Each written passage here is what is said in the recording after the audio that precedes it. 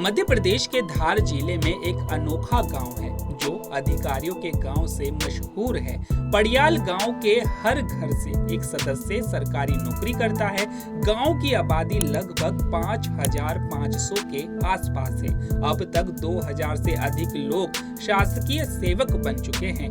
आज भी गांव के बच्चे प्रतियोगी परीक्षा में सबसे आगे हैं और पढ़ाई के साथ ही प्रतियोगी परीक्षाओं की तैयारी में जुट जाते हैं।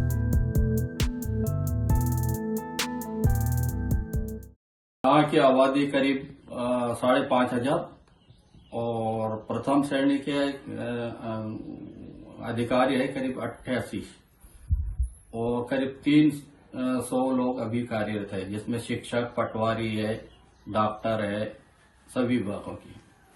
कितने लोग लगभग इस गांव के अभी तक रिटायर हुए होंगे सर, अनुमानित? रिटायर हुए करीबन 350 करीब होंगे। 350। हाँ। और अगर बात करें सर, कितना प्रारंभिक तौर पर आप भी रहे, क्या कठिनाई रही सर लोगों को? यहाँ पे पहले शिक्षा का स्तर बहुत कम था। हमने 1963 में पढ़ाई शुरू की थी।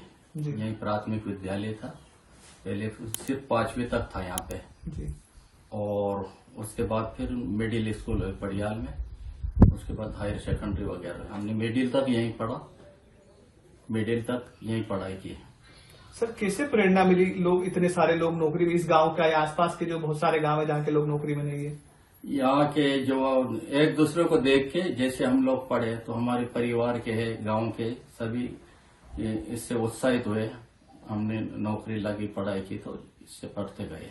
हम लोग 15-20 लोग एक साथ इंदौर गए थे यहाँ से। अगर नौकरी की बात करें तो टोटल पूरे गांव में अभी तक कितने लोग शासकीय सेवाओं में रहे होंगे?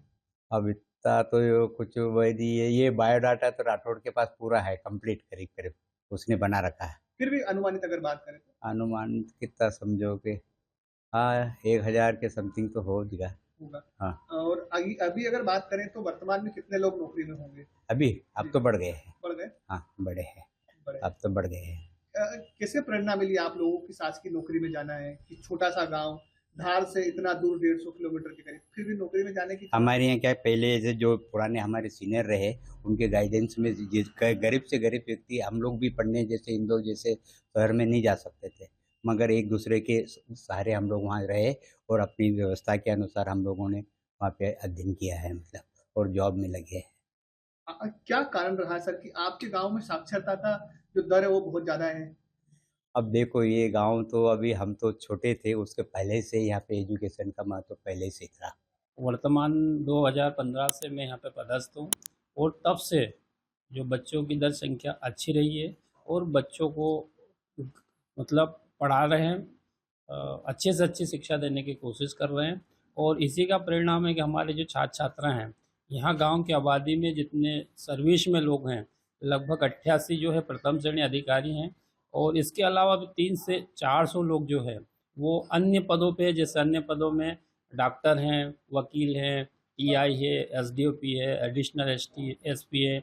और उन्हीं के मार्गदर्शन में हमारे जो छात्र छात्राएँ उनको देखते हुए आगे बढ़ रहे हैं। और छात्र छात्राओं का ये रहा है कि प्रतिवर्ष जो है छात्र छात्रा बढ़ चढ़ के हिस्सा लेते हैं और वर्तमान में भी ये मान के चल रहे कि 2023-24 में हमारा रिजल्ट बहुत बढ़िया रहा है ना। तो इस प्रकार के जो है वो उन्नति हमारे स्कूल की होती जा रही है। साथ साथ में गांव वालों का भी सहयोग अच्छा हमको रहता है, किसी प्रकार की यहाँ पर कोई दिक्कतें नहीं होती है।